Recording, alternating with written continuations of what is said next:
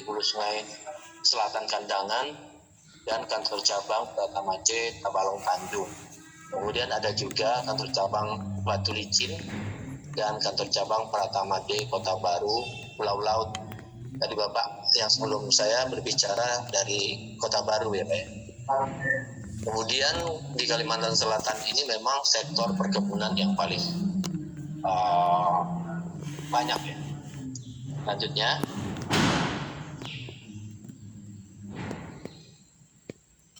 Ya, lanjut. Ya.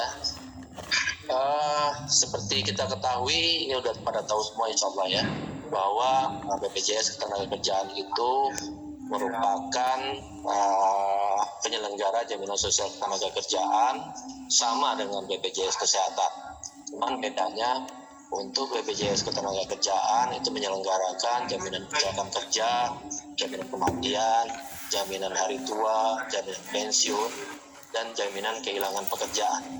Sedangkan BPJS Kesehatan itu memberikan perlindungan kesehatan bagi seluruh rakyat Indonesia. Selanjutnya.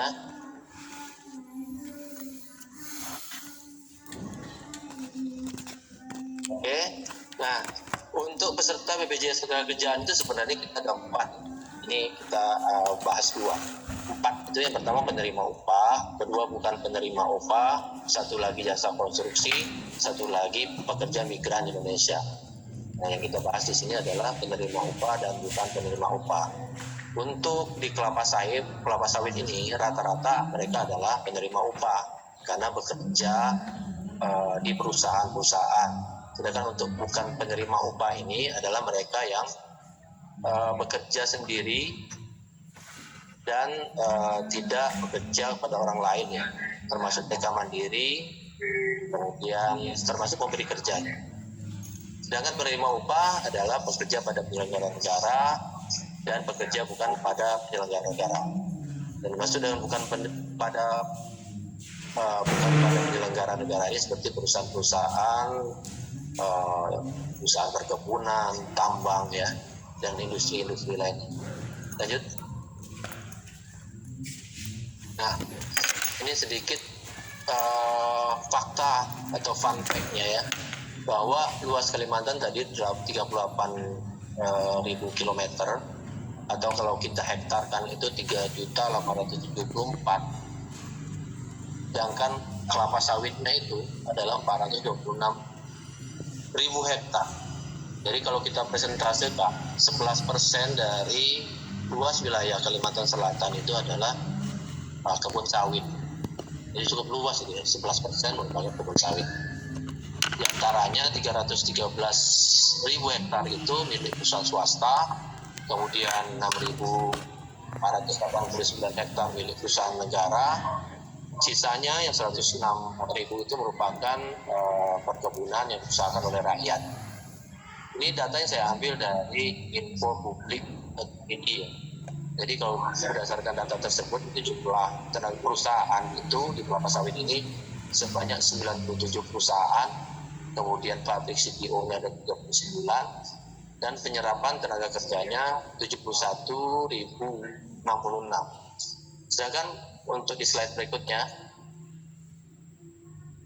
kalau kita bandingkan dengan tadi, untuk penyerapan tenaga kerja di industri perkebunan sawit itu 71.000, sedangkan yang terdaftar di BPJS Ketenagakerjaan itu baru 57.480. Artinya masih ada sekitar 13.000-an ya, yang belum terdaftar menjadi peserta BPJS Ketenagakerjaan. Dan ini terdaftarnya itu ada yang di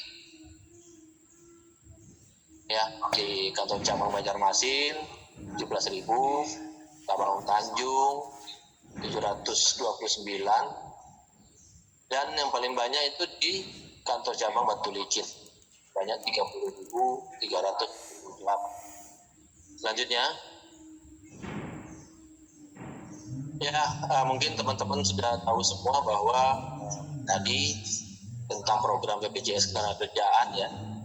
Ini bahwa kalau untuk pekerja penerima upah itu programnya adalah jaminan hari tua, jaminan kematian, jaminan kehilangan pekerjaan, jaminan kecelakaan kerjaan, dan jaminan pensiun. Tadi disebutkan sama Bapak sebelumnya bahwa 10 orang itu Undang-Undang 392 yang menyatakan bahwa 10 orang dengan gaji 1 juta wajib menjadi peserta BPJS Ketenagakerjaan. Tapi dengan undang-undang yang terbaru itu disebutkan bahwa setiap orang, jadi tidak ada jumlah minimal lagi. Setiap orang yang bekerja dengan menerima gaji atau upah atau imbalan dalam bentuk lain dari pemberi kerja, seperti pekerja kantoran atau buruh pabrik, itu wajib menjadi peserta BPJS Ketenagakerjaan. Masuknya itu ke pekerja penerima upah bisa ke pekerja bukan penerima upah, bisa ke jasa konstruksi, bisa ke sebagai pekerja migran. Selanjutnya, ya, oke, kita lanjut aja.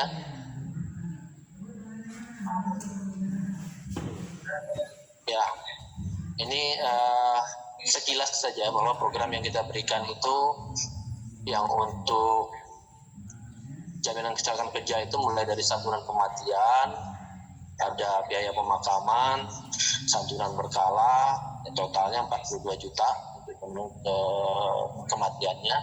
Berikut dengan manfaat beasiswa maksimal 174 juta untuk 2 orang anak.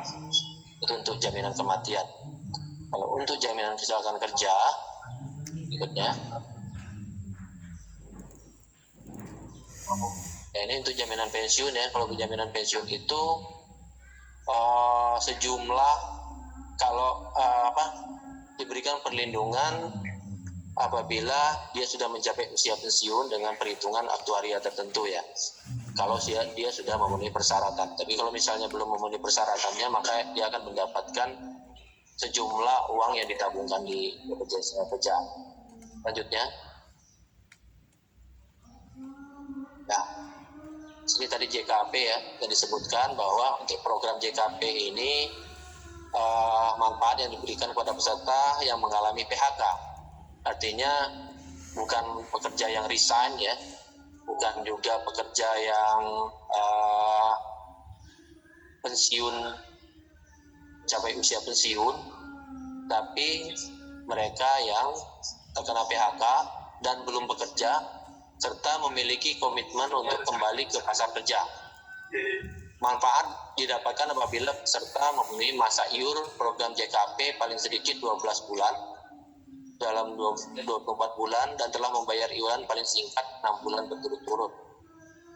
Bentuknya adalah bantuan uang tunai, itu nanti diberikan oleh BPJS Ketenagakerjaan, kemudian informasi lowongan kerja dan pelatihan kerja itu oleh pemerintah, dan hal ini dari Departemen Ketenagakerjaan. Lanjut. Tadi ada beberapa yang kelupaan itu dimasukin. Ada juga jaminan kecelakaan kerja, ya, jaminan kecelakaan kerja itu mulai dari berangkat dari rumah, selama dalam perjalanan, dan selama di lokasi kerja. Apabila terjadi sesuatu, maka akan dilindungi jaminan kecelakaan kerja. Dalam arti luasnya, selagi ada hubungannya dengan pekerjaan, itu kita bisa masukkan sebagai kecelakaan kerja. Manfaatnya tadi kalau untuk jaminan kecelakaan kerja itu mulai dari perawatan dan pengobatan, kemudian ada sementara tidak mampu bekerja, santunan dan lain sebagainya. Kemudian yang menjadi masalah tadi seperti yang disampaikan oleh pembicara sebelumnya bahwa banyak masih perusahaan yang belum mendaftarkan tenaga kerjanya secara penuh. Artinya masih ada tenaga kerja yang belum terlindungi. Misal pekerja tadi buruh harian lepas, dia tidak daftarkan. Dia hanya didaftarkan untuk mereka yang sudah menjadi pegawai tetap atau PKWT. Kemudian isu yang lainnya adalah perusahaan tidak mendaftarkan seluruh programnya. Jadi dia hanya mendaftarkan JKK sama JKM saja, tidak termasuk jaminan hari tua dan jaminan pensiun. Kemudian ada juga perusahaan yang tidak mendaftarkan upah atau gaji yang sebenarnya. Misal kalau gaji yang dilaporkan adalah UMK, yang diterima adalah UMK, tapi mereka hanya melaporkan 1 juta atau 2 juta, jadi di bawah gaji yang sebenarnya, atau gaji yang sebenarnya seharusnya di atas UMK, misalnya 4 atau 5 juta ya, tapi didaftarkan ke BPJS Ketenagakerjaan hanya UMK saja. Karena yang dimaksud dengan upah di sini adalah upah yang sebenarnya diterima oleh tenaga kerja. Kemudian tadi juga isu yang tadi adalah perusahaan atau badan usaha yang menunggak iuran. Selanjutnya, kemudian tadi ya ada buruan hari tenaga kerja buruh harian lepas yang tidak didaftarkan, kemudian badan usaha belum mendaftarkan tenaga kerja di wilayah plasma, kemudian belum memberikan kewajiban kepada rekanan atau mitra kerja pemasok untuk mendaftarkan pekerjanya ke program jaminan sosial tenaga kerjaan. Selanjutnya,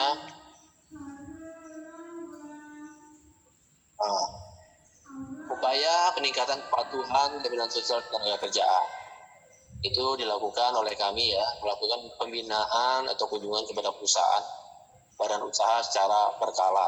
Itu bisa disebut pengawasan positif ya. Artinya walaupun perusahaan itu patuh, tapi tetap kita kunjungi supaya perusahaan tersebut tetap patuh. Atau melakukan pembinaan pengawasan bersama dengan pengawas tenaga kerjaan kepada perusahaan atau barang usaha yang terindikasi belum patuh. Yang belum patuh tadi itu ya, belum mendaftar tenaga kerja sesuai dengan jumlah yang sebenarnya, belum mendaftarkan sejumlah program yang seharusnya wajib dia daftarkan, atau yang menunggak iuran.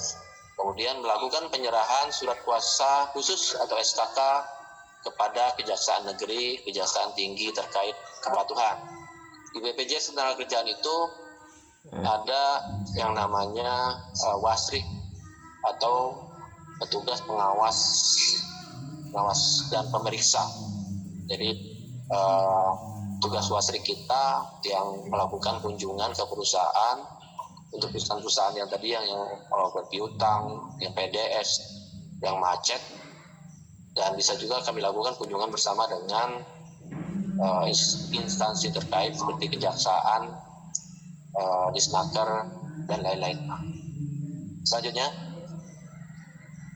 ya ini ya untuk petugas pemeriksa tadi BPJS Ketenagakerjaan itu bisa dilakukan pengenaan sanksi administratif kepada pemberi kerja selain penyelenggara negara, dilakukan berdasarkan pengawasan dan pemeriksaan atas kepatuhan. Kemudian pasal 14 ayat 1 ya dari PP 86 tahun 2013, dalam melaksanakan pengawasan dan pemeriksaan atas kepatuhan dalam penyelenggaraan program jaminan sosial Ketenagakerjaan, BPJS mengangkat petugas pemeriksa. Jadi di BPJS Ketenagakerjaan, di BPJS Kesehatan itu ada namanya petugas pemeriksa. Kemudian di pasal 14 ayat 2-nya itu ketentuan lebih lanjut mengenai tata cara dan mekanisme kerja pengawasan dan pemeriksaan diatur dalam peraturan BPJS. Ini di BPJS Ketenagakerjaan itu ada peraturan BPJS Ketenagakerjaan nomor 1 tahun 2014 tentang tata cara pengawasan dan pemeriksaan atas kepatuhan dalam penyelenggaraan program jaminan sosial ketenagakerjaan yang mengatur pengangkatan petugas pemeriksa, tugas fungsi, hak dan wewenang dari petugas pemeriksa. Selanjutnya terima kasih, berarti sudah berakhir bahannya, materinya. Saya ucapkan terima kasih atas perhatiannya. Nanti kita sama-sama diskusi. Hadir juga di sini Kepala Bidang Kepestaan kami, Pak Yus, nanti yang bisa bantu untuk diskusi. Demikian, Assalamualaikum warahmatullahi wabarakatuh. Waalaikumsalam warahmatullahi wabarakatuh. Terima kasih Pak Bunyamin Najmi Tadi kata Bapak tadi sudah baru 6 bulan ya Pak ya di Kalimantan Selatan ya, agak lama dari Jawa Barat. Saya juga dari Jawa Barat Pak. Iya Bu. Di mana Bu Jawa Baratnya Bu? Dari Subang Pak. Subang. Ya, saya dulu pernah di KCP Subang. Oh, 2 bulan di Otista. Saya asli dari Subang, terus baru bisa tinggal di Banjar 2013. Iya. Katanya keminum air Sungai Martapura gitu, jadi terdampak. Iya. Nggak bisa pulang. Pulang lagi udah 9 tahun ya. 9 tahun.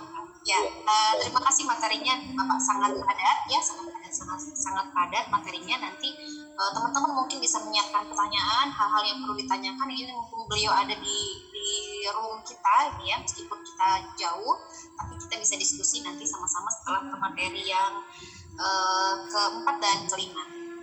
Baik, berikutnya saya minta kepada Ketua Bidang Ketenagakerjaan Gabungan Pengusaha Kelapa Sawit Indonesia atau GAPI Daerah Provinsi Kalimantan Selatan, Bapak Alwin Berkat. Silahkan Bapak, waktunya kami persilahkan. Baik. Assalamualaikum warahmatullahi wabarakatuh. Selamat sore, salam sejahtera untuk kita semua. Saya Ketua Bidang Ketenagakerjaan di GAPKI Kalimantan Selatan yang ya senantiasa kita berkomunikasi dengan pelaku-pelaku HRD perkebunan di Kalimantan Selatan. Tetapi dalam kesempatan ini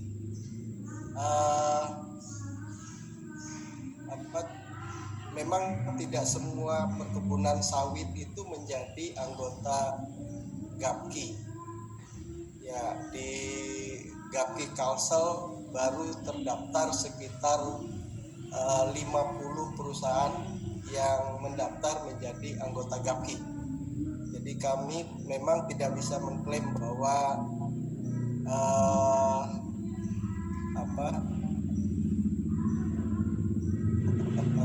dalam presentasi kami nanti di perusahaan perkebunan ya, untuk sedikit menyamakan persepsi, izinkan kami untuk bisa share screen ya Bu ya. Ya, baik Pak, share screen. Berarti Bapak akan kami jadikan co-host ya Pak ya? Atau materinya, oke. Mas Setiawan mungkin bisa bantu jadikan Alwin sebagai co-hostnya. Boleh Bu.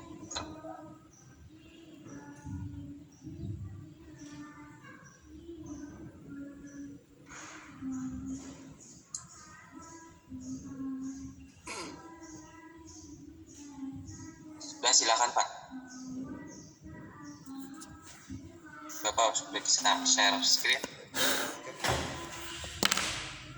Bentar Pak.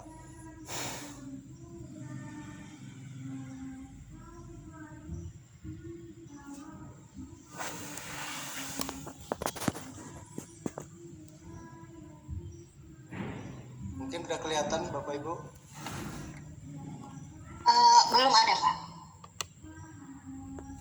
Tunggu sebentar ya.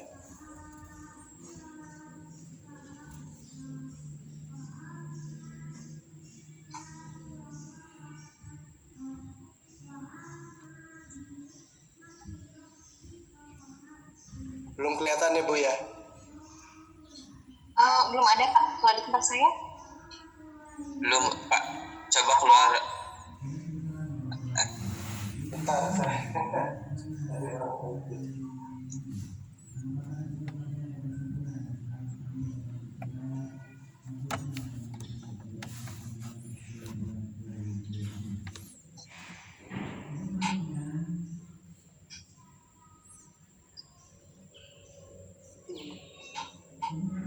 Ini belum nongol di sana ya Bu.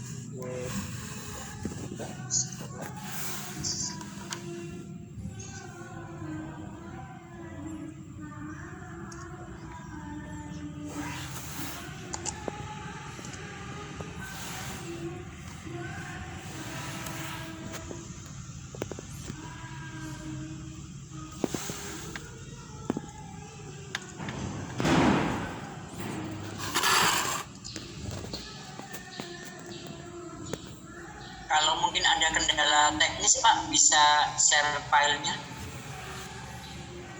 Bentar, bentar.